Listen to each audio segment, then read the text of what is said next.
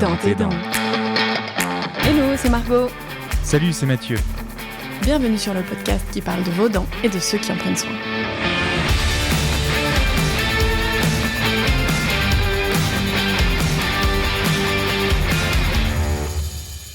Hello les copains. Alors pour ce 10e épisode de Dans tes dents, nous avons une invitée de marque. Nous sommes heureux de vous faire découvrir Catherine, le docteur Catherine Rossi, chirurgien dentiste à Paris. Passionné depuis plus de 35 ans, le docteur Rossi est une thérapeute qui littéralement vous veut du bien. Sa mission ? Que vous aimiez vos dents. Alors avec une approche holistique de la dentisterie, Catherine ne fait pas les choses à moitié, vous le verrez. Elle tient son blog Nature Biodentale depuis plus de 20 ans. Elle gère sa chaîne YouTube, prépare un podcast et a 2 livres à son actif. Le premier paru en 2005, Le Dicodent, et le deuxième en 2020, Vos dents vous parlent.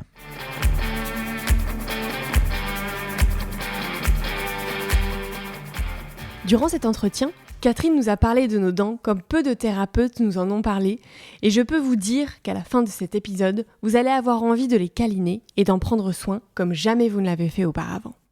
Elle nous a parlé entre autres de nos dents comme du reflet de qui l'on est, de leur signification et de leur lien avec les méridiens d'acupuncture, des émotions et de comment les dents communiquent avec nous via ces émotions, des bébés qui font leurs dents et du lien entre stress et carie. Durant cet épisode, vous apprendrez également que la dent est un cristal et que rien ne la remplace vraiment. Alors nous vous invitons à prendre du temps pour vous les copains et pour votre santé en écoutant le docteur Catherine Rossi. N'hésitez pas à nous faire un retour si l'épisode vous plaît, partagez-le et surtout, parlez-en autour de vous. Allez les amis, c'est parti. Bonne écoute et surtout, prenez soin de vos dents les amis.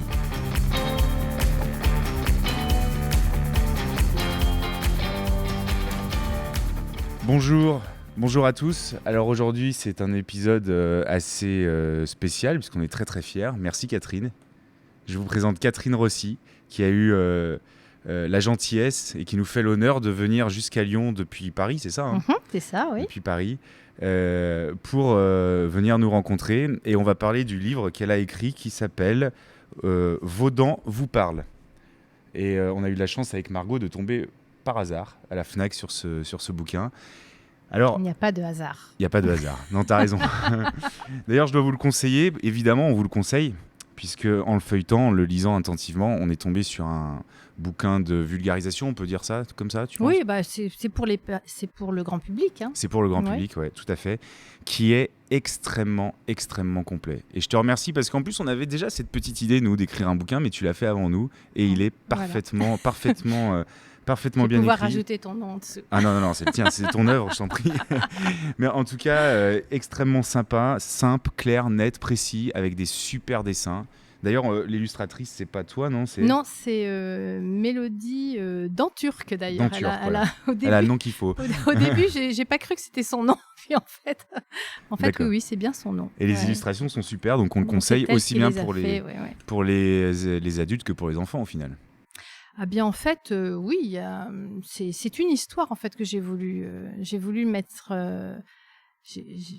raconter les dents sous forme d'histoire. Voilà. Ouais, c'est une histoire et c'est plutôt très clair comme histoire, très bien racontée je trouve parce qu'il y a une première partie où tu parles d'abord des problèmes dentaires et des pathologies des dents ou des traitements, c'est ça ? Oui. Et après tu le découpes en fonction de l'âge du patient, c'est ça ? Alors en fait, ce que j'ai voulu faire au départ, c'est que j'ai voulu expliquer vraiment ce qui se passait dans la bouche. Parce que pour pouvoir avoir une action, pour que les gens se mobilisent à prendre soin de leur bouche, eh bien en fait, je me suis dit, il faut qu'ils comprennent ce qui se passe. Oui, tout à fait. Voilà. D'ailleurs, ça me rappelle une phrase que j'ai trouvée dans ton livre. Votre santé se joue dans votre bouche. Alors notre santé se joue dans nos bouches, Catherine, oui, c'est ça ? Exactement. Oui. Tu peux nous en dire un peu plus ? Alors en fait, on a toujours l'impression que la bouche est déconnectée de notre corps. Nos patients, ils aimeraient bien arriver, nous déposer leurs dents et puis revenir les chercher le soir. Oui, c'est vrai. Et moi, ce que j'essaye de faire depuis 35 ans que je suis dentiste, c'est vraiment permettre aux patients de se réapproprier leurs dents. D'accord. Les dents n'appartiennent pas aux dentistes.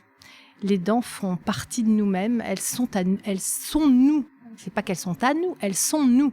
Hein. D'accord. Donc c'est vraiment ce que j'ai voulu faire passer dans ce livre pour que, déjà dans le premier livre que j'avais écrit, j'avais beaucoup parlé de ça. D'ailleurs, ce livre commençait par le mot amour, amour de ses dents, amour de soi. Donc le premier livre, c'est le Dicodan. Le Dicodan, voilà, qui est sorti chez Très Daniel en 2001. Ok. Voilà, je disais que c'est l'Odyssée de la dent bio. D'accord. Okay. L'Odyssée de l'espace. Voilà. Et donc déjà, j'invitais le patient à aimer ses dents. D'accord. Et je me disais, si vraiment il aime ses dents, déjà les dents vont aller mieux. Chaque fois qu'il y a un patient qui me dit mes dents sont moches, mes dents c'est mon calvaire, tout ça, je dis hop, stop, on change de discours. Et je commence à leur faire comprendre qu'en fait, leurs dents sont leurs meilleurs alliés parce qu'elles leur envoient des messages pour leur dire qu'il y a quelque chose qui ne va pas dans leur santé. Donc, ça, on va en parler parce qu'il y a une signification, ce que tu expliques clairement, il y a une signification à chaque problème dentaire, à chaque dent touchée, etc. Voilà, exactement. Donc, les dents, elles sont vraiment le miroir de qui l'on est, de qui l'on est dans le physique, de qui on est dans le métabolique, de qui on est dans le psychologique et de qui on est dans l'émotionnel. Donc, il y a toute une histoire dans une bouche. Hein. Quand je regarde une radio panoramique, j'ai la vie du patient devant mes yeux. D'accord. Hein. Et arriver à faire connecter le patient à cette histoire, c'est fabuleux parce que tout d'un coup, le patient ne regarde plus ses dents de la même manière. Et je sais que parfois, juste après la première consultation, donc moi, je prends toujours mes premiers patients pendant 1 heure. D'accord. Donc, tout patient qui vient dans le cabinet, il a une radio panoramique et on passe 1 heure à regarder ses dents, à l'écouter surtout. Je passe beaucoup de temps à l'écouter son histoire, à écouter ce qui le perturbe avec ses dents. Quels sont ses besoins, ses craintes, ses peurs. Enfin voilà, je lui demande de tout mettre à plat et en fonction de ça, on reconstruit quelque chose et je lui fais un petit peu visualiser quelle pourrait être sa bouche. Voilà. D'accord. Et en fonction de ça, après, je crée un plan de traitement, un chemin pour arriver vers ce qu'il faut. Et donc, après, en fait, chaque personne est prise un petit peu dans le détail de qui elle est. Et cette nouvelle bouche, j'ai envie de dire, on peut la faire en 6 mois, comme on peut la faire en 4-5 ans, en fonction justement des besoins des patients, de leur capacité financière aussi, parce que c'est toujours un budget. Et voilà, donc on part sur une aventure, une histoire, et les gens se métamorphosent au fur et à mesure parce qu'ils se réapproprient une partie de leur corps qu'ils avaient négligée, contre lesquels souvent ils ont de la colère. Ah oui. Et oui, les gens sont souvent en colère après leurs dents. Ou leur dentiste. Ou les deux. Ou les deux. Ou leurs parents, des fois. Hein. Ou les deux. Non, je pense que c'est souvent leurs dents parce que je trouve que les gens s'autoflagellent un peu. Hein. Donc, c'est moi qui ai de mauvaises dents, c'est de ma faute. Ouais. Alors bon, après certaines expériences, parfois ils sont en colère après certains dentistes, mais donc il faut arriver à les réconcilier avec leurs dents, à les réconcilier avec la profession dentaire, à leur dire que en fait voilà, on est tous différents et que en fait ils peuvent rien faire sans nous on peut rien faire sans eux et que c'est vraiment on est partenaires pour qu'ils retrouvent leur santé dentaire. C'est vraiment ça que j'ai envie de faire passer. Bravo. Ce livre est un support, voilà. Bravo, c'est vrai que là, je nous observe avec Margot, on t'écoute comme religieusement, je dirais. Voilà. C'est vrai que tu es passionnante. On retrouve un peu cette approche dans ton livre. Alors, pour te comprendre un peu mieux, est-ce que tu peux nous expliquer ton parcours? Comment une chirurgienne dentiste en arrive à écrire des bouquins de vulgarisation pour les dents? Alors, c'est un parcours un peu atypique, hein, quand même. Bon, déjà, quand j'étais à la fac dentaire, je suis arrivée à la fac dentaire parce que j'étais tombée amoureuse d'un étudiant en dentaire. Ah, mais pareil, il n'y a pas de hasard. Je suis arrivée en fac de médecine, donc persuadée que j'allais faire médecine. Et puis au bout de la première année, les étudiants en dentaire, parce qu'on était assez proches, les étudiants en dentaire, les étudiants en médecine, j'étais à la fac de Toulouse. Et en fait, les étudiants en dentaire recrutaient tous les gens qu'ils rencontraient pour venir se faire soigner à la clinique pour valider leurs points. Et donc, il y avait un bel étudiant qui, lui, me regardait pas trop, mais enfin, moi, je le regardais beaucoup. Et en fait, il cherchait quelqu'un. Alors, je dis, oui, moi, je veux bien. Mais en fait, j'avais rien au niveau dentaire. J'avais des dents impeccables. J'avais juste 2 petits amalgames sur des molaires. Et il s'est mis, il m'a dit, je vais te faire des inlays en or. Donc, j'étais...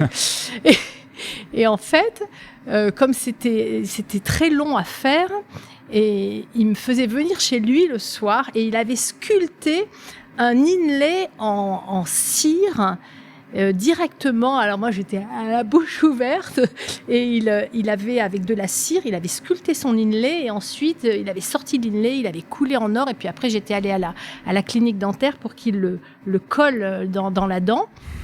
Et je les ai toujours d'ailleurs au bout de 40 ans. Ça fait 40 ans, ils sont toujours là. Et donc, il était vraiment passionné par son métier. Et il m'expliquait tout.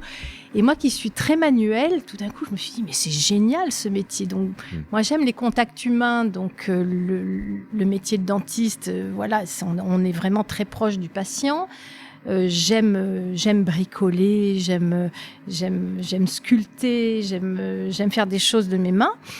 Et j'ai trouvé ce métier passionnant, voilà. Tout de suite en arrivant. Tout de suite, voilà. C'est-à-dire que c'est lui qui m'a transmis la passion de son métier.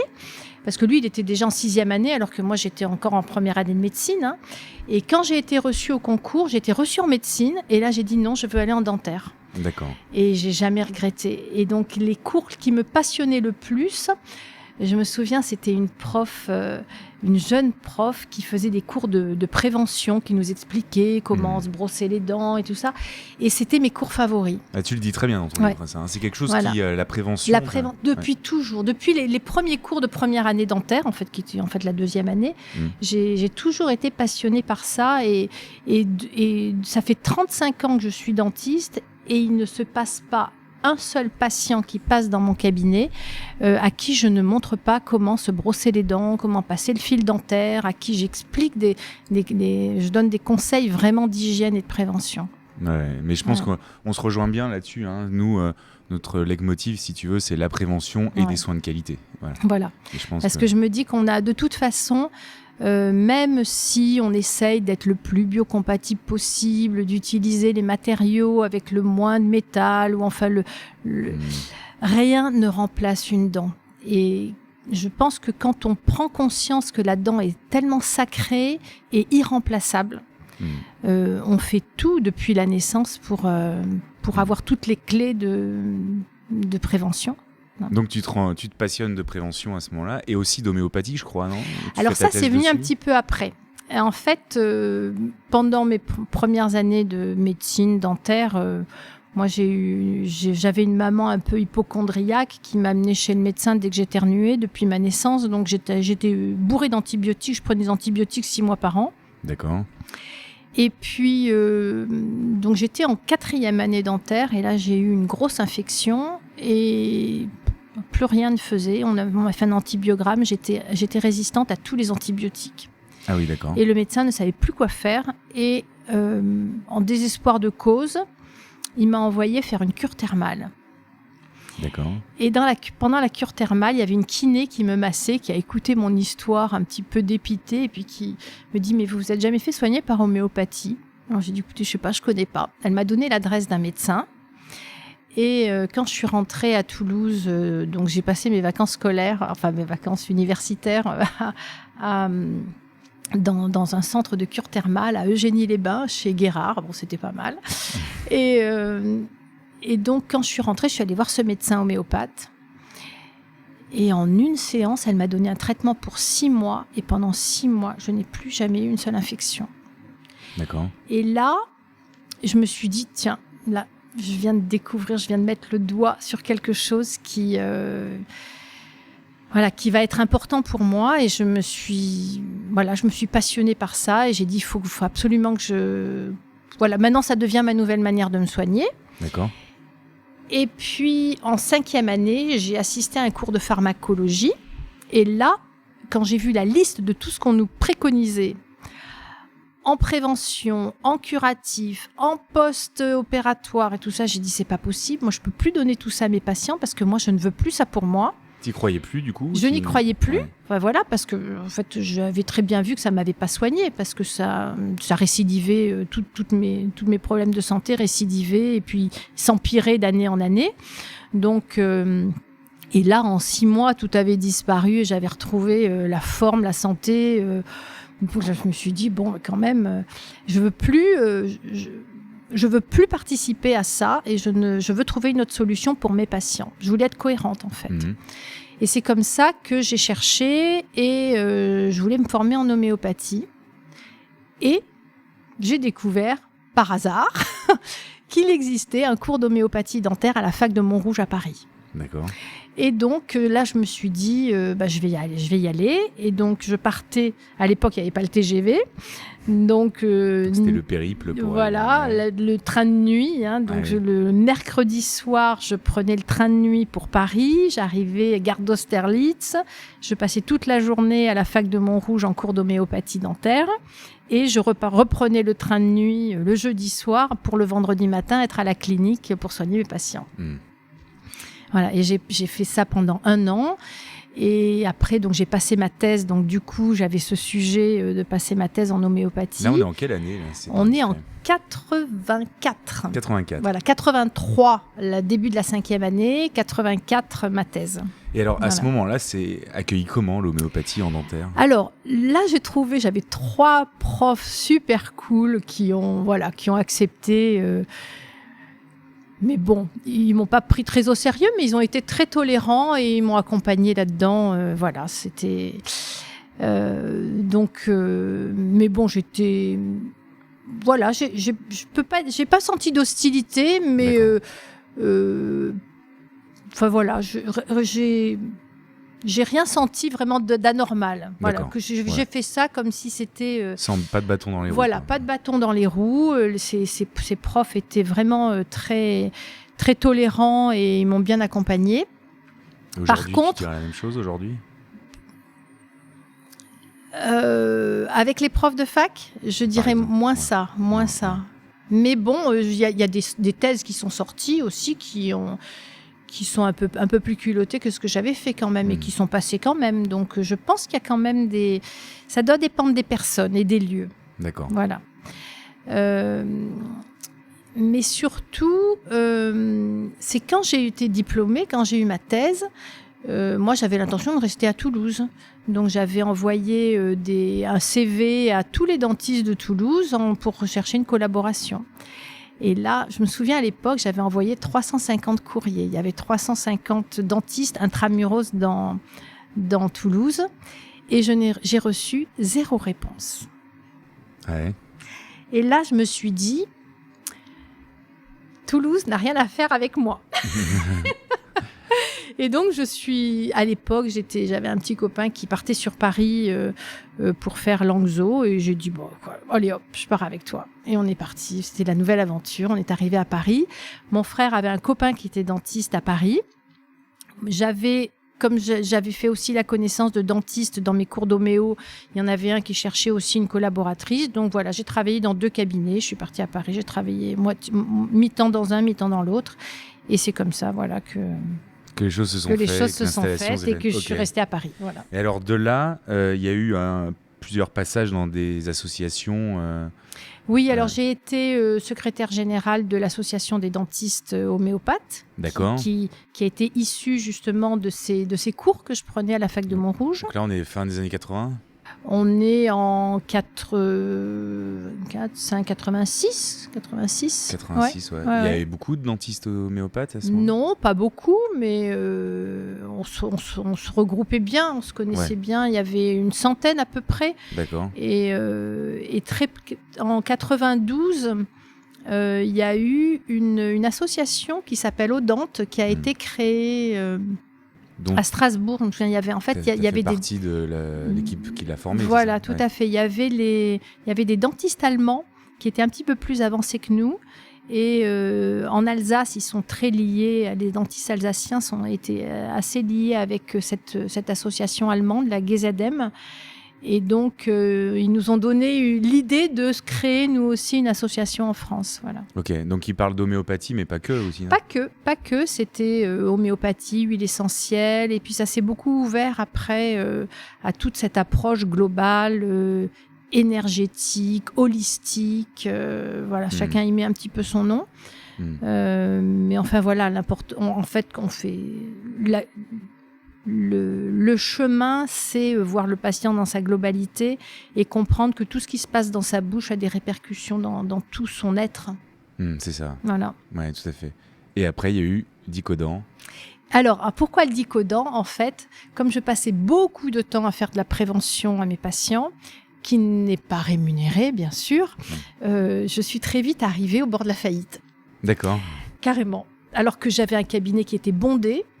J'avais 3 mois d'attente pour donner un rendez-vous, mais en fait, je parlais beaucoup avec mes patients, je leur expliquais beaucoup de choses, je les faisais pas payer parce que tout ça, c'était pas remboursé par la Sécu. Ouais. Et voilà. Et puis j'arrivais en fin de mois, voilà, je pouvais pas payer mes factures, je m'étais éclatée, j'avais passé du bon temps avec mes patients, mais voilà. Au final, il y avait quand même une réalité économique qu'il a fallu que je prenne en considération. Et mon assistante, que je pouvais pas augmenter, allait faire des extras le samedi chez un autre dentiste pour elle pouvoir boucler ses fins de mois. Et pendant des années, elle a gagné plus que moi, en fait, entre parenthèses. Et donc, un jour, elle est revenue, elle m'a dit « Écoutez, Catherine, c'est incroyable, je suis allée dans un cabinet, ils ont une gestion et ils se sont fait coacher par un coach canadien. Et donc, je suis allée, elle m'a donné les coordonnées, j'ai dit, bon, on ne sait jamais, je téléphone à l'organisme de coach, c'était Pierre Brassard, qui était sur Lyon d'ailleurs. Pour les dentistes, ça parle, Pierre Brassard. Ouais. Pierre Brassard, c'est un coach canadien qui s'occupe de gestion de cabinet dentaire. Et à l'époque, la somme qu'il demandait, je me souviens même plus, mais je crois que en francs, ça devait faire 25 000 francs, un truc comme ça. Et moi, comme j'étais en découverte toutes les fins de mois, j'ai dit, bon, écoutez, tant pis, c'est pas pour moi, quoi. C'était pas possible. Et puis un jour, Pierre Brassard a fait une journée de conférence, d'initiation, enfin de découverte, une journée découverte pour 250 francs à l'époque. Et quand j'ai vu ça, j'ai dit, oh là là, à ce prix-là, je me l'offre. Et je suis allée passer une journée entière avec lui. Et à la fin de la journée, j'ai signé un chèque sur de l'argent que je n'avais pas en banque. Mais il m'avait tellement convaincu qu'il était la solution à mon problème, entre guillemets. Et en fait, ce qui s'est passé, c'est que je leur ai juste demandé d'attendre un petit peu avant d'encaisser le chèque, parce que je me souviens, j'ai fait le chèque en juin. La formation commençait en octobre. Et je leur ai dit, attendez le début de la formation. Eh bien, en fait, rien que ce que j'avais écouté, entendu dans la journée de conférence, que j'ai mis en place tout de suite dans la gestion du cabinet dentaire, quand je suis arrivée en octobre, j'avais l'argent sur le compte. Parce que il m'a donné des clés pour me permettre de faire le métier que j'aime comme je l'aime. Et ça, j'ai une gratitude. Pierre n'est plus là maintenant, hein, il est décédé il y a quelques années, et je suis très contente parce que juste avant son décès, je l'avais appelé pour le remercier de tout ce qu'il avait fait pour moi, et je suis très heureuse d'avoir pu faire ça. Je savais pas ce qui allait se passer, mais voilà, ça fait Merci partie beaucoup, des... c'est un message qui reste... Moi, je crois qu'il est assez universel, en fait. Hein. Quand on construit bien son projet, tout est possible. Tout est possible, oui, vraiment tout est possible. Et en fait, on nous apprend à être dentiste, mais on ne nous apprend pas à gérer un cabinet dentaire. Et nos grands-parents, dentistes... Voilà, c'était des gestions un peu père de famille, il n'y avait pas beaucoup de contraintes. Mais aujourd'hui, on doit être des chefs d'entreprise. Ouais, tout à fait. Et sinon, on ne peut pas faire le métier qu'on aime comme on aime. Hein. On est surchargé par les charges, les contraintes. Et c'est pour ça qu'il y a de plus en plus de burn-out dans la profession. Parce que même aujourd'hui, dans les facs dentaires, on ne forme pas les jeunes qui sortent à la gestion d'un cabinet dentaire. Et en fait, on doit l'apprendre quand on sort et quand on est quand on est dans le bain, j'ai envie de dire. Quand on commence à couler, on se dit waouh, au secours, il me faut de l'aide, il faut apprendre. D'où l'importance d'une bonne gestion du stress, d'où l'importance d'avoir une bouche en bonne santé, parce qu'on sait que ça va jouer là-dessus. Exactement. Ok, parfait. Bah écoute, merci beaucoup Catherine. Alors, d'après ce que j'ai compris, au final, il y a quelque chose que j'ai noté, c'est que ton objectif, c'est de découvrir le pourquoi de ce qui se passe dans la bouche. Oui. C'est bien ça? Oui, tout à fait. C'est bien résumé. Exactement. En mêlant médecine traditionnelle, occidentale, oui. naturopathie et médecine chinoise. Alors, c'est un peu plus large que ça. En fait, à la fac, on nous a appris comment réparer les dents. La dent est cassée, on la répare. Elle est infectée, on la désinfecte. Voilà. Donc, là, en fait, moi, quand un patient ouvre la bouche et que je vois ses dents, ce que je me dis, c'est pourquoi le patient en est arrivé là? Pourquoi il a cette bouche? Pourquoi ses dents se sont cariées comme ça? Pourquoi il a la mâchoire déviée? Pourquoi il lui manque toutes ses dents? Et donc je lui pose des questions par rapport à ça. Et quand j'ai compris le processus qu'il a mis en place pour arriver à la bouche qu'il a aujourd'hui, là, je commence à penser au comment. Parce que je pense qu'on ne reconstitue pas une dent de la même manière en fonction de la cause, la cause qui l'a amené à cette pathologie.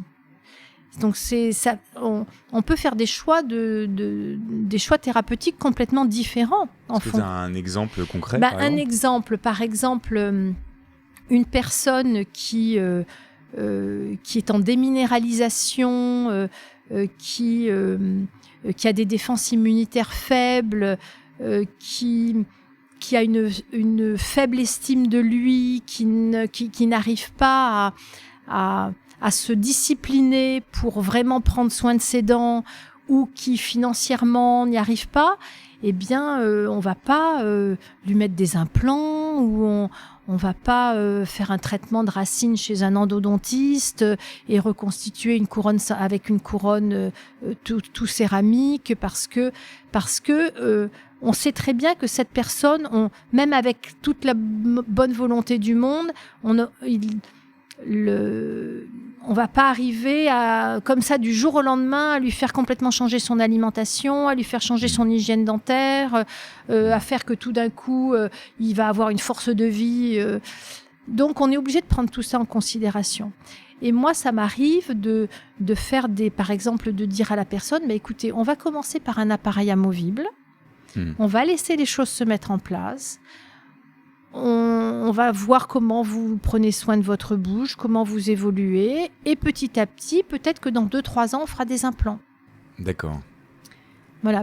Donc pour toi, pour aller sur des traitements, on va dire, parfaits, enfin en tout cas... Oui, parce qu'on a tous envie d'avoir de donner à nos patients l'idéal de tout ce qu'on a appris dans nos cours. Mais l'idéal pour nous n'est pas forcément ce qui est idéal. Mais voilà, l'idéal pour nous n'est pas forcément l'idéal pour la personne. Et quand un patient arrive, moi je lui pose toujours la même question. Racontez-moi ce qui vous arrive. Je lui dis surtout pas que puis-je faire pour vous.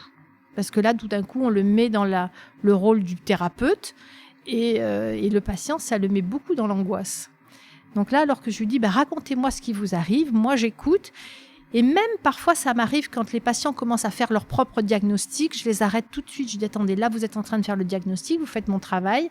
Moi, ce que je vous demande, c'est vous, qu'est-ce que vous ressentez ?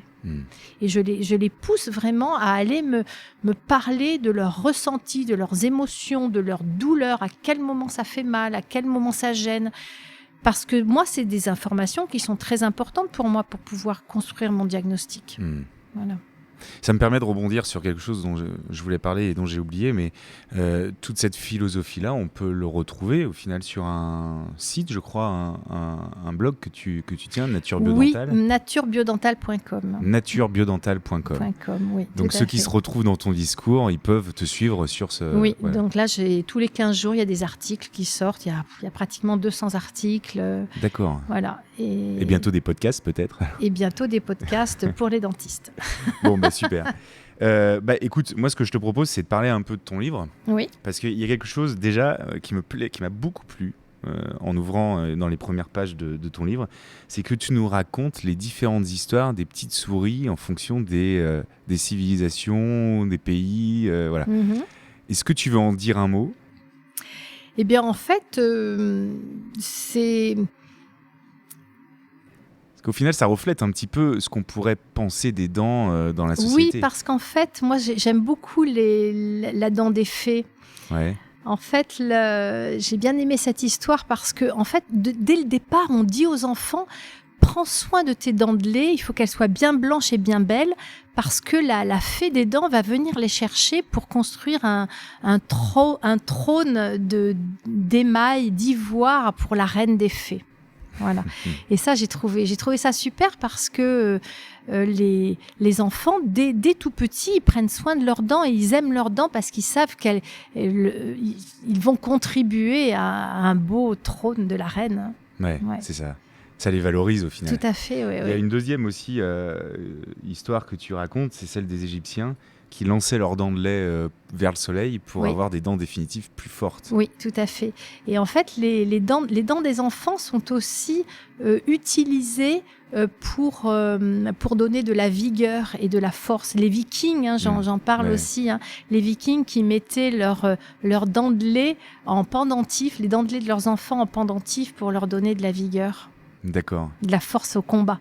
Et ce qui est le plus frappant, c'est que tu termines par dans nos traditions actuelles, la dent de lait est souvent échangée contre de l'argent. Oui. Ça laisse songeur au final. Bah oui. Mais c'est aussi pour montrer la valeur. Alors après, c'est notre référence, l'argent aujourd'hui. Donc, pour moi, l'argent, c'est une valeur. Donc, on met un symbole sur une petite dent pour montrer notre valeur, notre propre valeur. D'accord. Voilà. Donc, ça peut expliquer que certains veulent le mettre comme un signe de richesse aussi en avant, tu penses ? Je pense à ceux qui veulent des dents parfaitement blanches, limite... Oui, c'est une distinction sociale, oui, tout à fait. Oui. Ok. Dans tes dents. Les soins dentaires sans langue de bois. Et alors, si je continue un peu plus loin dans le bouquin, tu parles aussi de la signification des dents et de leurs problèmes. Tu peux nous en dire un peu plus là-dessus ? Comment on pourrait se repérer, par exemple ? Est-ce qu'il y a des côtés qui veulent dire certaines choses ? Oui, alors en fait, les dents du haut, donc du maxillaire supérieur, sont plutôt connectées à notre être, à notre identité, qui l'on est, quelles sont nos valeurs, quels sont nos rêves. On est connecté plus par le mental. Et les dents du bas sont les dents de l'avoir. Donc on est beaucoup plus dans le matériel, dans la concrétisation, la matérialisation de ce que l'on a créé en haut. D'accord. C'est pour ça que l'alignement entre le milieu du haut et le milieu du bas, l'alignement des freins ou l'alignement des points incisifs, c'est-à-dire le milieu de la bouche, en haut et en bas, doit être bien aligné. Parce que justement, ça facilite le passage entre l'énergie du rêve et l'énergie de la création. D'accord. Donc les personnes qui ont les mâchoires déviées parce qu'elles ont perdu des dents, parce qu'elles ont eu un traumatisme, parce que il y a eu des histoires qui ont fait que la mâchoire du bas est déviée par rapport à la mâchoire du haut, on se rend compte que ce sont des personnes qui ont plein de projets, mais qui ont du mal à les matérialiser, à les réaliser. Et s'ils arrivent à les réaliser, c'est toujours au prix d'efforts et de luttes, de combats. Voilà. Et dès qu'on les recentre, quand on fait un travail d'orthodontie ou un travail d'occlusion pour réhabiliter l'équilibre de la bouche, et qu'on remet le milieu du haut en face du milieu du bas, eh bien ces personnes très rapidement disent « mais c'est incroyable, la vie est plus fluide ». Ah oui, d'accord. Ouais. Okay. Ça semble magique. Et alors du coup, toutes ces significations-là, on peut le retrouver dans Dicodan ? On peut le retrouver dans le Dicodan, un peu moins là-dedans, dans Ouais. celui-ci, mais dans le Dicodan, j'en parle beaucoup. Dans le blog aussi, j'en parle beaucoup parce qu'il y a des articles ciblés sur chaque dent. D'accord. Et puis, peut-être dans un futur livre qui va arriver l'année prochaine. Ah, d'accord. Bon, alors on n'en Ça, dit pas c'est- plus. on n'en et dit puis, pas plus. Du coup, Mais du coup, on sur attend. le blog, il y a beaucoup d'informations là-dessus. Ouais. Et tu parles aussi des conséquences de la perte, notamment des molaires. Ça me parle, et puis c'est quelque chose qui... Des premières molaires, c'est ça? Voilà, c'est ça. Oui, oui. La scoliose, les acouphènes. Alors en fait, ce qu'il faut savoir, c'est que les dents de 6 ans, celles qui arrivent en arrière des dents de lait à l'âge de 6 ans, sont vraiment les dents piliers de l'équilibre postural, donc de l'équilibre de la bouche, et donc par voie de conséquence de tout l'équilibre postural. Et en fait, on se rend compte que souvent, ces dents de 6 ans sont des dents qui sont les plus fréquemment cariées. Pour plusieurs raisons. D'abord parce que les parents ne savent pas que ce sont des dents définitives. Et ils les négligent un peu comme si c'était des dents de lait, en se disant ça va bientôt tomber, donc on ne fait pas attention. Et puis, comme elles sont là depuis, elles sont les premières à arriver, sur la durée, et bien en fait, on se rend compte que ce sont elles qui sont les plus rapidement cariées. Ce sont aussi les dents de l'expression de qui l'on est, et de l'expression de ce que l'on veut. Et on est quand même dans une société où on nous apprend quand même à pas trop dire ce qu'on pense et ce qu'on... Voilà. Donc, il peut aussi y avoir pas mal de frustration dans ce domaine-là qui font que ces dents se carient plus facilement que les autres. D'accord. Donc, par exemple, si quelqu'un vient avec ses dents de 6 ans, donc les premières molaires, Oui. Cariées, c'est Oui. quelque chose que tu vas rechercher, que tu vas essayer de comprendre chez la personne. Oui. Je vais essayer de comprendre quelle est la capacité de cette personne à exprimer qui elle est dans sa vie et à exprimer ce qu'elle veut. Ce qu'elle veut pour les dents du bas, qui elle est pour les dents du haut. Et donc, les dents du côté droit, c'est plus dans le domaine professionnel et social, et les dents du côté gauche, c'est plus dans le domaine familial et personnel. D'accord. Et qu'on soit bien d'accord, et ça je pense que tu vas être d'accord avec moi, si on recherche un problème de personnalité à travers Oui, ça, émotionnel. ça oui. ne remplace pas du tout un soin qui doit être nécessaire. Ah, mais pas du tout, oui, tu fais bien de le dire. Ouais, oui, parce que oui, souvent, oui, c'est oui. vrai qu'on a des patients qui pensent que ça pourrait être... ça Je me éviterait une souviens un intervention. jour, j'ai fait une conférence à Strasbourg dans un salon bio, et il y a un monsieur justement qui me soutenait que lui, il allait pouvoir soigner ses caries tout seul et tout ça. Et à un moment, je lui ai dit, écoutez, c'est à cause de gens comme vous que les dentistes holistiques, entre guillemets, sont discrédités. Ouais, complètement. Parce que, alors effectivement, si vous prenez conscience de certaines émotions, si vous changez votre alimentation, une carie de progression rapide peut tout d'un coup se stopper. Donc, il y a une dentine réactionnelle qui se crée, mais le trou reste là. Donc, il faut quand même reconstituer là-dedans. Mais moi, j'ai vu effectivement des caries de progression rapide qui, tout d'un coup, se sont arrêtées parce qu'il y avait eu une prise de conscience et parce que les personnes avaient changé leur alimentation ou leur hygiène. Donc, du coup, la dent se reconsolide. Mais elle ne se reconstruit pas. Elle ne se rebouche pas toute seule. Voilà. Donc, on a absolument besoin d'un acte dentaire pour Oui, bien sûr. Hein, pour que les gens reconstituer la comprennent dent. bien. Oui, tout à fait. Ouais, tout à fait. Ok. Mais en fait, le fait aussi de parler de la partie émotionnelle de la dent, ça évite les récidives. Parce qu'on s'est quand même rendu compte, et moi, c'est une des choses qui m'a vraiment... qui m'a fait m'intéresser justement à cette partie de la dentisterie, ce côté un peu émotionnel, c'est que j'avais des patients qui revenaient toujours tous les 2-3 ans pour le même problème sur la même dent. Ouais, bien sûr. Et je crois que tous les dentistes du monde ont eu les mêmes expériences. Parfois, on regarde une radio panoramique, toutes les dents sont saines, il y a juste une dent qui est dévitalisée ou une dent qui a un implant. Et on se dit, mais qu'est-ce qui s'est passé sur cette dent ? Et les gens nous racontent, ça a commencé par une carie, puis j'avais toujours mal, puis on a fini par me la dévitaliser, puis après il y a eu une infection, et puis un jour on me l'a enlevé, puis on m'a mis un implant, puis j'ai eu une infection sur l'implant, j'en suis à mon 2e implant, enfin voilà. Et là, moi je dis, le corps il nous parle de quelque chose, quoi. Et c'est comme ça, moi, que je me suis intéressée, je me suis posé des questions différentes. Je me suis dit, il y a un truc qui est pas normal. C'est pas parce que le patient, c'est juste cette dent qui brosse pas bien, quoi, ça paraît. Mais il y a des dentistes qui croient ça aussi, qui disent c'est parce que cette dent, il la brosse pas bien. Mais pourquoi il la brosserait pas bien, celle-là ? Voilà, c'est ce que je me dis. Je me dis, pourquoi il brosse bien partout, juste celle-là où il se les brosse toutes mal et il y a juste celle-là qui est malade.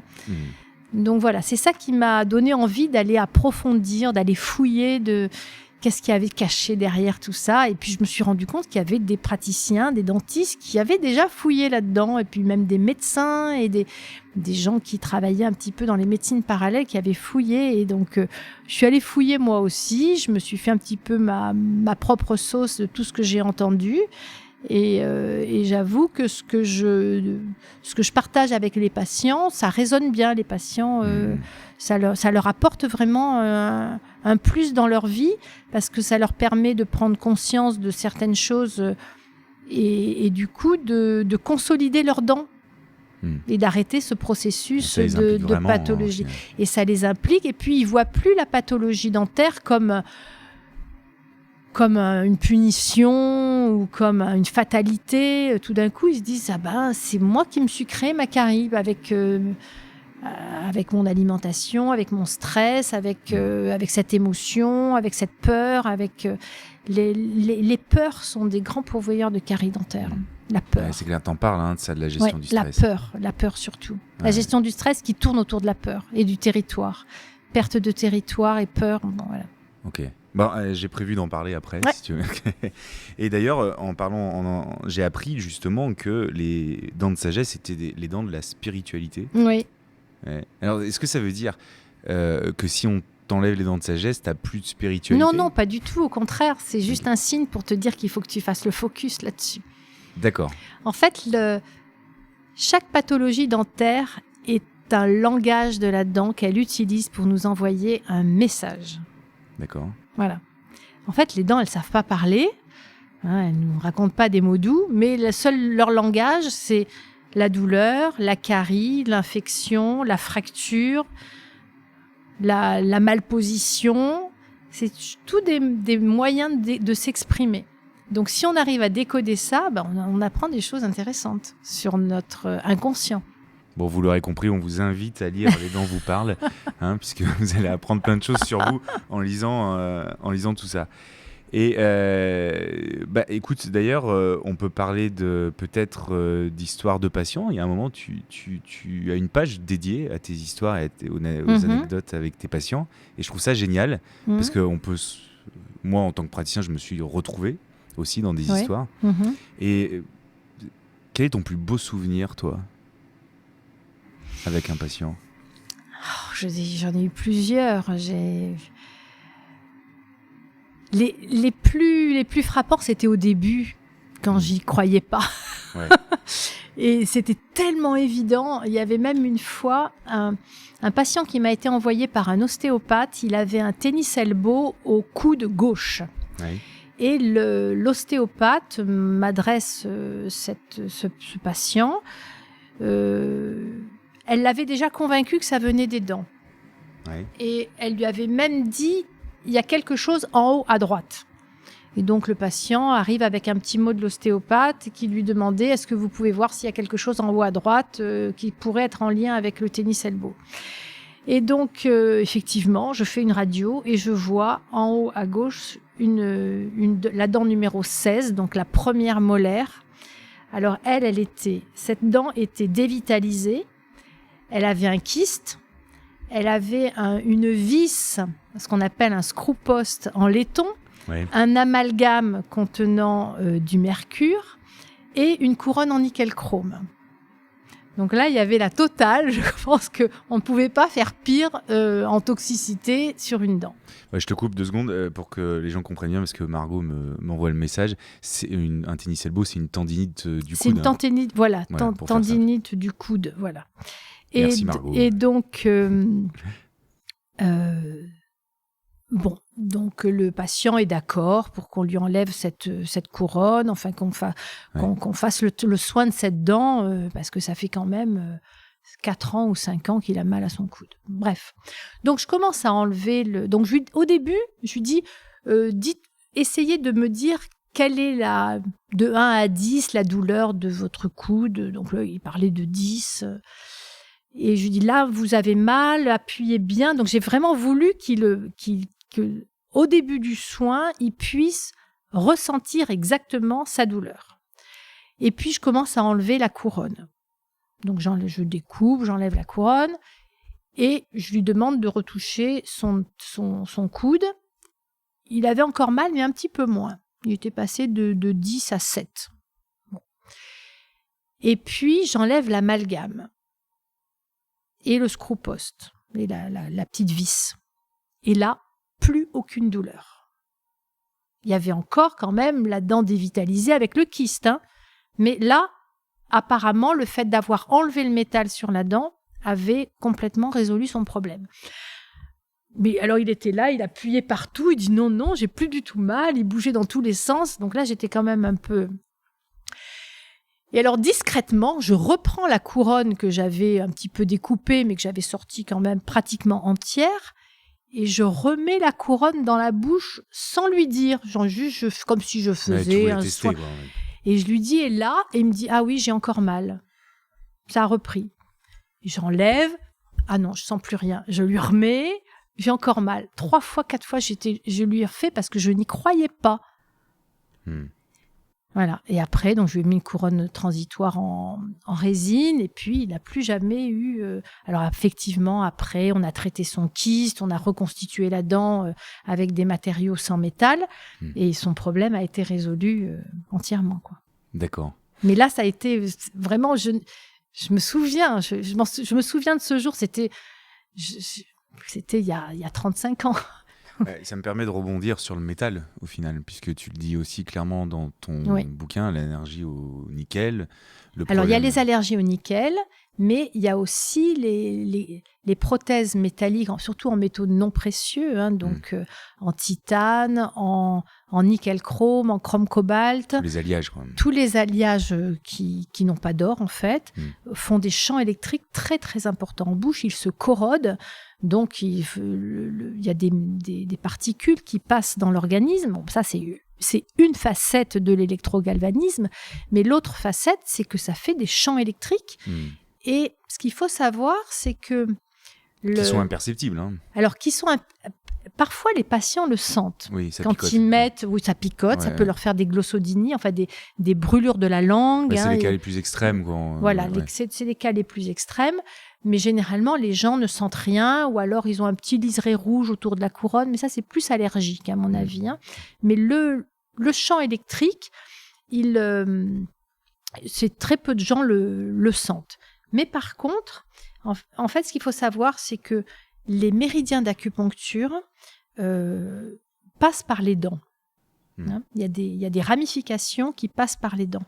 Et il y a eu des travaux scientifiques qui ont prouvé que quel méridien passait au niveau de chaque dent, parce qu'en fait, ils testaient les dents, et puis avec des appareils électriques, ils testaient les méridiens d'acupuncture pour pouvoir... C'est comme ça qu'ils ont repéré et qu'ils ont fait des cartographies en disant, voilà, telle dent, tel méridien passe par telle dent, etc. Et donc, quand il y a un champ électrique sur la dent, eh bien, ça va perturber le méridien d'acupuncture. D'accord. Et le méridien, du coup, c'est comme s'il était... stimulé par une stimulation électrique 24 heures sur 24. Et donc, du coup, ça perturbe son fonctionnement et ça perturbe aussi toutes les fonctions et tous les organes qui sont en lien avec ce méridien. Voilà. Donc c'est comme ça qu'on peut retrouver des champs électriques en bouche qui perturbent, qui donnent une tendinite ou qui donnent un eczéma ou qui donnent des douleurs de ventre ou des choses comme ça parce que le méridien est perturbé. D'accord. Et après, ça va se déclencher sur la zone de faiblesse de la personne. Toutes les personnes n'ont pas les mêmes symptômes, mais si on regarde ça de manière attentive, on se rend compte que les symptômes qui apparaissent pour une même dent sont tous liés énergétiquement par les méridiens d'acupuncture. D'accord. Dans un podcast là, d'un de nos amis, Étienne Buidon, qu'on vous invite à écouter, qui s'appelle « Et surtout la santé », et que vous connaissez peut-être, Étienne interviewe un professeur en immunologie qui explique aussi l'impact de ces courants électriques sur la flore bactérienne et l'importance d'avoir des flores bactériennes équilibrées. Parce qu'en fait, il y a deux choses. Et dans les métaux en bouche, on calcule les microampères et les millivolts. Le microampérage, qui ne doit pas normalement dépasser 6 microampères, parce que ça correspond aux ampérages qu'il y a au niveau de la différence de potentiel au niveau de la membrane cellulaire. Donc, tout ce qui est au-dessus de ces normes, de cette différence de potentiel, perturbe le fonctionnement de la cellule. D'accord. C'est-à-dire que les échanges ne peuvent plus se faire parce que la cellule, elle est dans une espèce de champ électromagnétique qui est supérieur au sien, donc les échanges ne se font plus normalement. Et donc, on peut dire, alors c'est peut-être pas très scientifique ce que je vais dire, mais les électriciens ils vont peut-être avoir, ou les physiciens, les cheveux qui se hérissent sur la tête, mais pour qu'on puisse comprendre ce qui se passe, c'est que le microampérage, ça correspond à l'électricité qui est emmagasinée dans la dent. Ça fait un petit peu comme une pile au niveau de la dent et qui bloque le passage de l'énergie au niveau du méridien. Par contre, les millivolts correspondent plus à la capacité qu'a la dent, du coup, à faire circuler l'électricité dans le corps. Et voilà. Il y en a un, c'est plus le blocage, et l'autre, c'est... Donc, quand il y a des phénomènes de brûlure, souvent, on a des millivolts qui sont très élevés. D'accord. Par contre, quand on a des problèmes à distance, c'est plus les microampérages qui sont élevés. Donc ça se mesure facilement pour toi? Alors, on a un appareil qui s'appelle, c'est un ampèremètre, un voltmètre qu'on met avec des petites électrodes, un entre la joue et la dent, et on a des mesures qui nous permettent d'évaluer un petit peu l'impact du métal dans la bouche. Ok. Alors, la suite est toute trouvée puisque on va parler des plombages. Est-ce que tu des amalgames. Des amalgames. Des amalgames qui contiennent du mercure, voilà. En fait, c'est la même chose. C'est un alliage métallique, donc ça fait exactement la même chose. Alors moi, je me suis rendu compte que ceux qui étaient récents étaient beaucoup plus chargés au niveau électrique que les anciens. Les anciens, ils se sont tellement pacifiés que même parfois, il n'y a aucun champ électrique dessus. Donc parfois, il ne faut pas les toucher. Parfois, il ne faut pas y toucher. Voilà. Ouais. Et par contre, puisqu'on parle de ça, le fait d'enlever les amalgames, moi, je ne suis pas une partisane d'enlever systématiquement tous les amalgames. Alors là, maintenant, c'est la grande mode. Les patients arrivent en disant « je veux qu'on m'enlève mes amalgames ». Attention, danger, danger. Danger. Beaucoup de précautions, si on doit. D'abord, parce qu'il faut les enlever avec beaucoup de précautions. Et je pense qu'il n'y a pas beaucoup de dentistes qui sont formés à retirer des amalgames avec précaution. Ceci dit, si ça intéresse les dentistes, j'ai fait une vidéo sur ma chaîne YouTube, la chaîne YouTube de Nature Biodental Pro, où j'explique comment retirer les amalgames de manière sécurisée. Donc, les patients peuvent conseiller à leur dentiste d'aller voir la vidéo pour apprendre comment faire, parce qu'on ne nous a pas appris ça à la fac. Ouais, c'est clair. Alors maintenant, on nous dit il ne faut plus mettre d'amalgame, donc il y a de plus en plus de dentistes qui n'en mettent plus. Mais on ne nous a jamais appris et on ne nous alerte pas à l'importance de les enlever avec précaution. Parce qu'en fait, c'est là où ils sont le plus toxiques. Parce que quand on les enlève. Si on enlève un amalgame sans précaution, sans digue, sans aspiration, sans masque au charbon, eh bien en fait la personne en avale autant qu'elle en avait dans la dent, parce qu'on ne peut pas tout aspirer. Il y a des vapeurs avec la chaleur, il y a des vapeurs qu'on respire, il y a des poussières qu'on avale. Et là, tout d'un coup, le corps se retrouve avec une hyper toxicité de mercure et tous les organismes n'ont pas la capacité à éliminer tous ces métaux lourds dans leur selle, en fait. Et donc, ça passe la barrière intestinale et ça va se fixer sur les cellules du cerveau, les cellules nerveuses. Et après, on se retrouve avec des fibromyalgies, des fatigues chroniques, des scléroses en plaques, des maladies de Lyme. Voilà, toutes ces maladies émergentes qui font arracher les cheveux aux médecins parce qu'ils ne savent plus comment soigner leurs patients. Les électrosensibles aussi. Donc, toutes ces pathologies qu'on ne connaissait pas il y a quelques années ou qu'on n'étiquetait pas, eh bien, parfois, elles apparaissent suite à une dépose d'amalgame. Ah oui, d'accord, carrément. Oui, Donc ça peut être vraiment délétère. Vraiment, ouais. voilà. Oui, tout à fait. Tout à fait. Alors, heureusement, pas tous les patients, parce que sinon, ce serait une catastrophe. Mais les patients qui sont fragiles, qui ont une mauvaise flore intestinale, par exemple, qui ont une porosité intestinale, qui ont déjà eu beaucoup d'intoxications aux pesticides, qui sont fragiles émotionnellement, eh bien, en fait, on se retrouve avec des symptômes. Ces patients peuvent se retrouver avec ces maladies émergentes. T'en parles très bien, en plus des symptômes liés à une intoxication au mercure. Oui. Ça veut dire qu'en fait, si tout va bien, il n'y a pas forcément de nécessité d'enlever tous les amalgames ? Moi, je dis si tout va bien, il n'y a pas de nécessité de les enlever.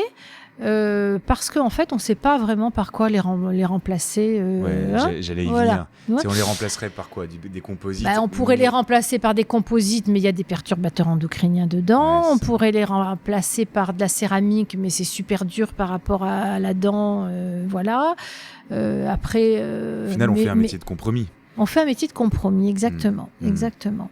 Donc, moi, je dis que s'il y a un amalgame qui est bien, qui a des beaux joints, qui reconstitue bien le relief d'une dent, qui est là depuis des années, qui ne gêne pas, que la personne est en bonne santé, il vaut mieux pas toucher. Okay. De toute façon, il arrivera bien un jour où il sera abîmé, il faudra le changer. Donc à ce moment-là, il faudra mettre en place toutes les précautions pour l'enlever correctement. Et après, on aura toujours le temps de choisir par quoi on le remplace. Donc ne pas tomber dans le piège, j'enlève les amalgames pour... franchement, ouais. Parce que tu l'as dit, en plus, il y a des perturbateurs endocriniens dans les composites. Quoi. Oui. Il y en a dans d'autres... Principalement dans les composites et surtout dans toutes nos colles. Donc même si on fait de la céramique, alors il y en a qui disent je veux pas de composite, je veux de la céramique parce que justement ils veulent pas de perturbateurs endocriniens, mais c'est collé. Donc dans la colle il y a des perturbateurs endocriniens. Donc voilà, on est vraiment dans une situation de compromis comme tu dis. Voilà, c'est ça. Ouais, je pense que c'est. C'est pour ça que toute ma vie j'ai fait de la prévention dentaire et j'ai insisté là-dessus quoi. Et d'ailleurs pour en revenir sur la prévention, tu parles aussi du fluor. Oui. Je n'en parle pas, justement. Mais en fait, voilà, ma phrase, c'est « La carie dentaire n'est pas due à une carence en fluor ». Ouais. Voilà.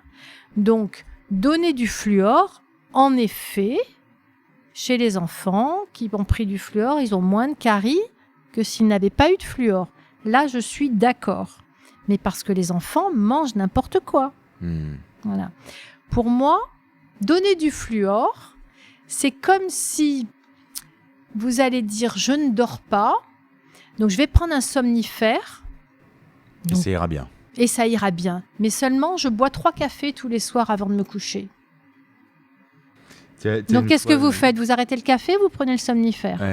T'as une phrase moi que j'ai adorée. Ouais. C'est pour toutes ces raisons que l'on imagine avoir besoin de fluor. Il est plus facile de prendre une petite pilule que de modifier son hygiène de vie. Bah oui. Et pour les gouvernements, il est plus facile de contrôler des moutons que des personnes qui auraient décidé d'être libres. Ah, c'est génial, c'est philosophique là quasiment. Bah oui.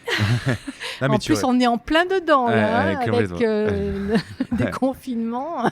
Ouais, c'est clair. Voilà. Non, mais en fait, ce que tu dis clairement, c'est que réapprenez à manger mais bien. Bien sûr. Et vous n'aurez pas de problème de carie. Mais c'est exactement ce que je dis, le pourquoi. Quand je suis avec un patient, j'essaie de comprendre pourquoi il a des caries, pourquoi il a une bouche abîmée. Et très souvent, ce qui sort, c'est son hygiène de vie. Ouais. C'est son alimentation, c'est c'est sa manière de penser, c'est le soin qu'il prend de lui. Ouais. Donc c'est là-dessus, parce que si vraiment on travaille sur le pourquoi, non seulement on va lui consolider les dents, mais toute sa vie on va lui consolider. On va faire des hommes heureux. Mm. C'est ça, moi, mon objectif, c'est ça. Je suis dentiste, mais ce que je veux, c'est que mes patients soient heureux. Mm. Si je suis pas là juste pour leur faire des belles dents, ça n'a pas de sens pour moi. Moi, je veux qu'ils soient Faut heureux. que ça a un sens pour la vie, quoi. en Mais général. pour la vie, Ouais, pour la bien vie. sûr. Et dans le Dicodan, la phrase du Dicodan, c'est « Sur le chemin de la vie, on avance mieux avec de bonnes dents Ouais. ». Mais c'est vrai. C'est très très beau, très très beau. Et ben, du coup, il y a aussi une approche que j'ai beaucoup aimée dans ton livre, c'est c'est l'évolution des dents et de l'importance des dents tout au long de la croissance d'un être humain, on va dire. L'enfant et les dents, l'adolescent et les dents, Oui, le oui, stress oui. que ça commence à évoquer, etc. Bah oui, parce que la vie. Nous, ce qu'on voit en tant que dentiste dans la bouche de nos patients, c'est le résultat d'une histoire. Mm. Voilà. Ouais.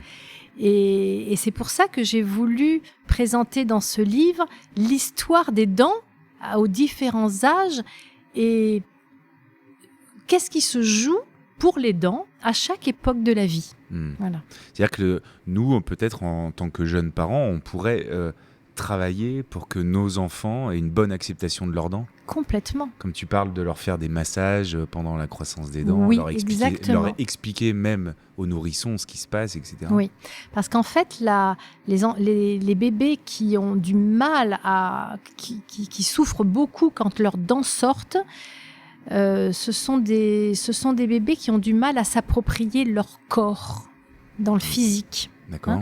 Parce que la dent, qui est le tissu le plus dur du corps, c'est un minéral, c'est un cristal.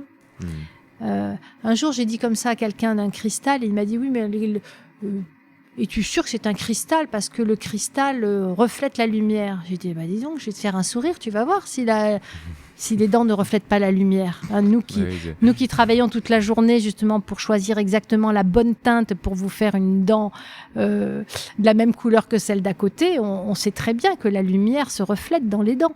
Donc la dent est un cristal. C'est de l'hydroxyapatite. Hein. Donc l'hydroxyapatite est un cristal.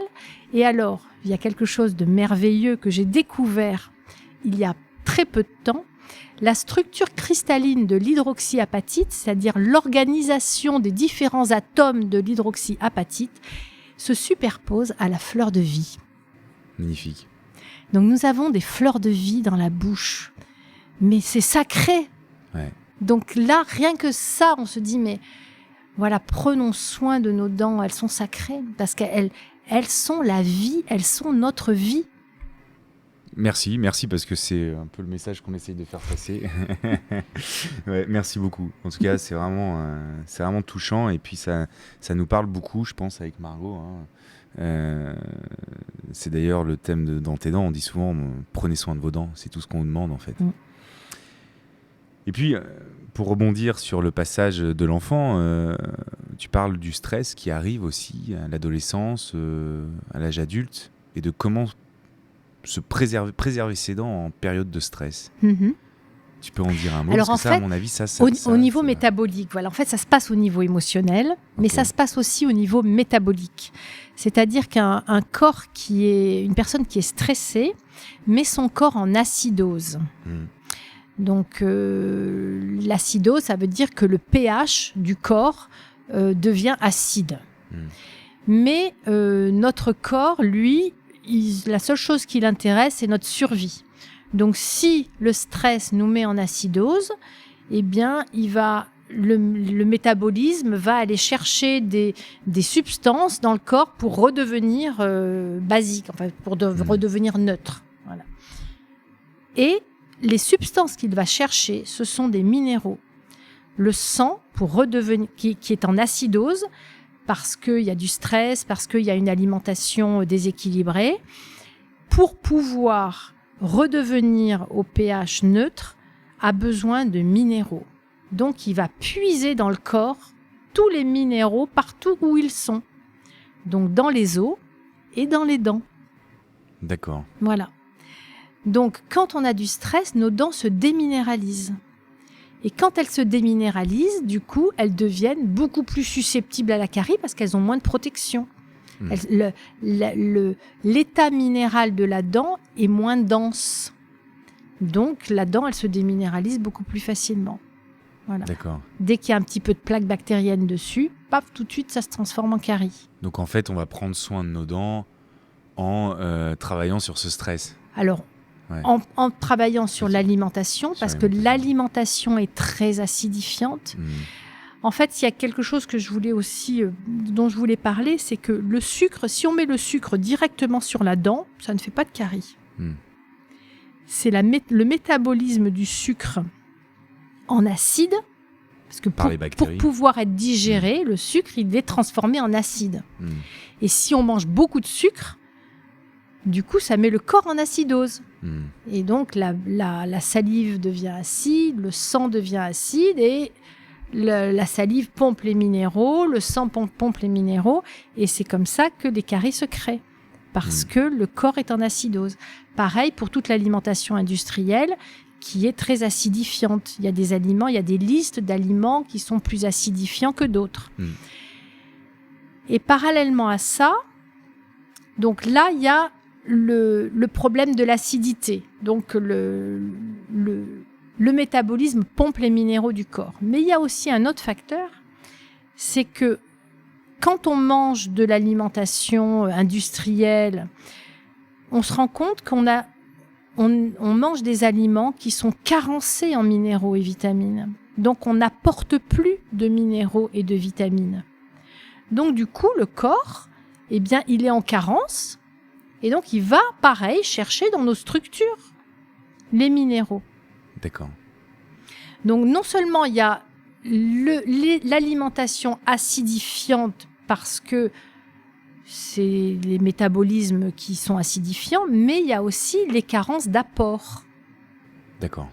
Et quand on est sur un terrain acidifiant, il y a aussi la paroi intestinale qui devient poreuse, qui est en inflammation, la flore intestinale qui se déséquilibre. Et du coup, même si vous mangez de la bonne alimentation bio tout d'un coup parce que vous avez décidé de changer votre vie, mais si vos intestins sont en inflammation, eh ben les minéraux ne passent pas. Ils ne sont pas absorbés. Donc, il y a quand même tout ça à prendre en compte. Le terrain acide, l'alimentation carencée et le corps qui n'assimile pas les minéraux et les vitamines. Et donc tout ça, ça fait que nos dents, eh ben, elles sont utilisées pour rester en survie. D'accord. Voilà. Ok. D'où l'importance de mettre de la musique un peu zen dès qu'on a un peu le temps. C'est ça que tu dis. J'ai bien aimé cette anecdote. Je vais t'expliquer pourquoi. Parce qu'on a fait une interview avec Étienne Surinck qui est occluso dentiste à Grenoble. Et il s'est rendu compte qu'il avait de bien meilleurs résultats en travaillant sur la relaxation, la sophrologie, les étirements, etc., plutôt que toujours rééquilibrer les bouches. Ouais. Quand il nous a dit ça, ça nous a un peu parlé, quoi. Bien sûr. Alors c'est pour ça, moi je suis spécialisée en occlusion aussi. D'accord. Et c'est mon deuxième dada après la prévention. Et d'abord, je travaille toujours avec un ostéopathe. Donc l'ostéopathe, lui, qui travaille sur l'harmonisation des fluides et du schéma postural. Bah, tu le dis clairement dans ton bouquin. Hein. Oui. Ah bah, après chaque soin, ostéopathe. Ah oui. Surtout quand on fait de l'occlusion dentaire. Voilà. Les enfants avec l'orthodontie, ostéopathe, direct. Oui, tout à fait. Et puis, donc, je fais faire aussi beaucoup d'exercices pour détendre. Des exercices de crispation et de relaxation, parce que souvent les personnes qui serrent des dents, qui grincent des dents, leur muscle a oublié qu'ils pouvaient se détendre. Donc ils sont toujours en crispation. Et donc je fais souvent faire des exercices de crispation et de relâchement pour que les muscles se souviennent, retrouvent l'état de détente. Voilà. D'accord, c'est passionnant. Alors pour terminer, il y a quelque chose que j'ai beaucoup aimé, c'est les 32 secrets naturels pour avoir 32 dents en bonne santé. Oui.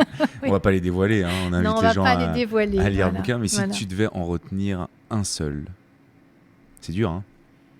Non, il me vient, tu vois, tu m'en parles, tac, tout vient. Pour moi,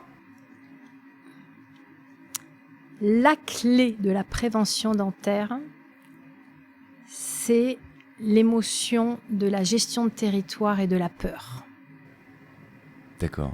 Alors, derrière gestion de territoire, c'est... La gestion du territoire, eh bien, en fait, c'est très large, le territoire, hein. Ça peut être les personnes qui sont émigrées, qui déménagent. Elles sont plus dans leur territoire. Donc, il y a des peurs, hein, qui peuvent se mettre en place. Ça peut être notre chambre, ça peut être notre bureau sur lesquels toujours quelqu'un vient prendre quelque chose. Ça peut être... ça commence par les enfants, enfin les parents qui sont très curieux et qui veulent connaître le sexe de leur enfant avant la naissance. On vient un petit peu fouiller dans le secret de ce bébé qui a envie d'être aimé tout simplement pour qui il est et pas spécialement pour être fille ou garçon. Mais bon, même si les parents n'ont pas l'intention d'aimer plus un garçon qu'une fille, mais voilà, je pense que garder le secret du sexe de l'enfant jusqu'à la naissance, c'est un bel acte de respect de territoire, déjà. D'accord. D'où la notion de territoire. D'où la notion de territoire. Après, par exemple, on voit très souvent des enfants qui ont une flambée de caries, alors qu'ils n'en avaient jamais eu jusqu'à présent, à l'arrivée du petit frère ou de la petite sœur. Donc là, la peur de perdre leur territoire d'enfant unique. Ils ont peur de plus être aimés, que l'autre soit plus aimé. Enfin voilà. Donc le territoire, ça peut être ça. Ça peut être à l'école aussi. De pas se sentir inclus dans un groupe. Voilà, c'est très large le territoire. Hein. Ouais. Ok. Et donc ça, en fait, pourquoi le territoire ? Parce que c'est en lien avec le méridien du Rhin en médecine chinoise. En médecine chinoise, le méridien du Rhin, c'est la vessie. La vessie, on sait très bien que pour délimiter son territoire, on fait des petits bibis partout. Eh bien, donc, le méridien du Rhin est le grand maître des os et des dents, parce que c'est lui qui régit la minéralisation du corps. D'accord. Donc, quand on a des problèmes de territoire, on puise dans son énergie du rein, et donc, du coup, la minéralisation, la capacité du corps à garder ses minéraux est fragilisée. Et c'est pour ça que les personnes qui ont beaucoup de caries dentaires, très souvent, en médecine chinoise, on se rend compte qu'ils ont le méridien du rein qui est très faible. Donc, le principal secret. Et l'émotion du méridien du rein, c'est la peur. Donc, dès qu'on est soumis à de la peur, on risque d'avoir des caries dentaires. Même si on se brosse bien les dents, même si on ne mange pas de sucre. D'accord. Okay. Voilà. Ok, super. Merci. Il faut qu'on s'arrête un moment, parce que là, on pourrait enregistrer pendant 3 heures. Ouais, hein. Tout à fait. Mais si on doit résumer quelque chose, une bonne gestion de la peur et donc du territoire. Oui, et puis, vraiment aimer ses dents comme soi-même. Prenez soin de vos dents. Prenez soin de vos dents, mais aimez-les. Aimez ses dents. Ok. Hein, voilà. Aimez vos dents comme vous devriez vous aimer vous aussi. Hein. Et puis prendre soin d'elles parce qu'elles sont précieuses et elles sont irremplaçables. Voilà. Eh bien, merci Catherine. Merci Mathieu. Mille fois, merci parce que Margot. c'était un très beau moment. Et puis, j'espère que ce sera inspirant, j'en suis sûr, en tout cas pour...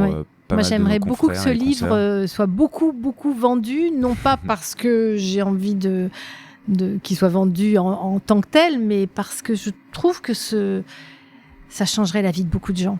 Mais on sent que tu l'as fait avec ton cœur, hein. On sent que... Voilà, ah bah oui, c'est ma mission de vie. C'est ma mission de vie, de toute façon. Très bien. Bon, écoute, merci beaucoup. Merci d'être venu jusqu'à Lyon. Avec plaisir, on te grand fait un gros plaisir. bisou. Et merci puis, nous, on vous invite à aller voir naturebiodental.com. Voilà.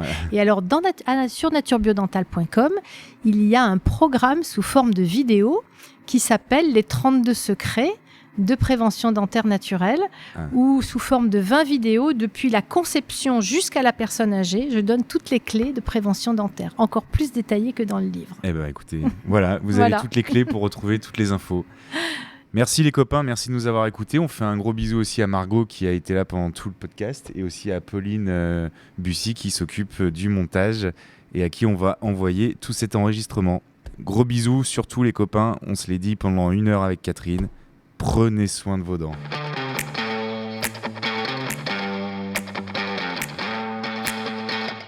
Merci pour votre attention et votre écoute les copains, nous espérons que cet épisode vous a plu. Alors si l'on doit retenir 3 choses importantes de cet échange, c'est que premièrement, nos dents sont nos meilleurs alliés dans la vie. Écoutons-les et prenons-en soin. Deuxièmement, ne sous-estimons pas l'impact de nos émotions et de nos peurs sur notre santé bucco-dentaire. Et troisièmement, lorsque vous avez des tendinites, des maux de dos, des troubles digestifs et que vous n'arrivez pas à en trouver la cause, pensez à faire vérifier vos dents. Un immense merci à Catherine de nous avoir partagé avec bienveillance son parcours et surtout sa vision des soins. Nous vous invitons à la suivre sur son blog naturebiodental.com où vous pourrez y retrouver tout son contenu, ses actus et ses précieux conseils. Nous mettrons bien évidemment tous les liens en description de l'épisode. Dans tes dents est à retrouver sur Apple Podcasts, Spotify, Deezer, YouTube et toutes les autres plateformes d'écoute. Merci pour votre écoute, à très bientôt et surtout les amis, prenez soin de vos dents.